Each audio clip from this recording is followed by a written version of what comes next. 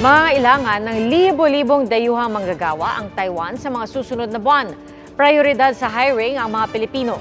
Saksi, si JP Soriano. Inabutan kong nag-aayos ng mga dokumento sa Manila Economic and Cultural Office dito sa Taipei ang OFW na si Janet na mahigit isang dekada na nagtatrabaho bilang caregiver.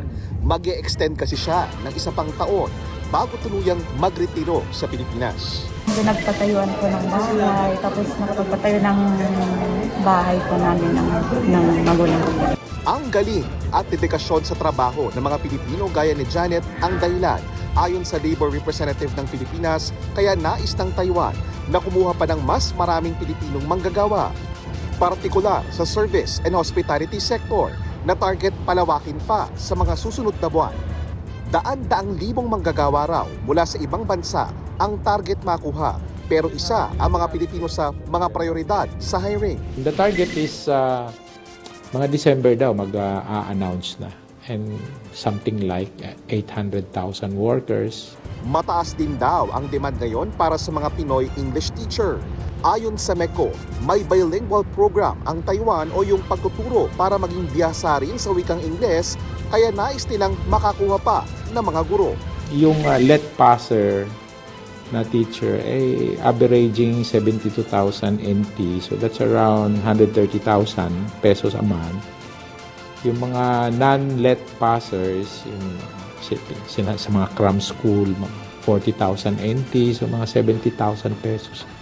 Maliit lang ang Taiwan pero isa ito sa pinakamaraming dinideploy na Filipino workers. Ayon sa MECO, mahigit 150,000 na ang mga Pilipinong nagtatrabaho dito, na karamihan ay mga factory workers. Isa sa mga naging matagumpay sa Taiwan, si Jeffrey. Nag-umpisa siya bilang operator sa isang semiconductor factory hanggang na-promote bilang line reader at ngayon, head troubleshooter na nagsasanay bilang ng mga kapwa Pilipino kundi maging ibang nationalities. Nakita nila na, ba't yung mga Pilipino sobrang flexible? Ang bibilis kumita, sobrang liliksi. Dahil sa kanyang galing, pinarangalan bilang best employee sa buong Taiwan. From Presidential Palace daw, sabi niya, "Uy Jeff, napili ka ng presidential, mamimit mo ng personal yung president ng Taiwan. Bibigyan ka ng award for the best employee ng Taiwan." Sabi ko, wow! Para sa GMA Integrated News, JP Soriano ang inyong saksi. Mga kapuso, sama-sama tayong maging saksi. Mag-subscribe sa GMA Integrated News sa YouTube. Para sa mga kapuso abroad, samahan niyo kami sa GMA Pinoy TV at sa www.gmanews.tv.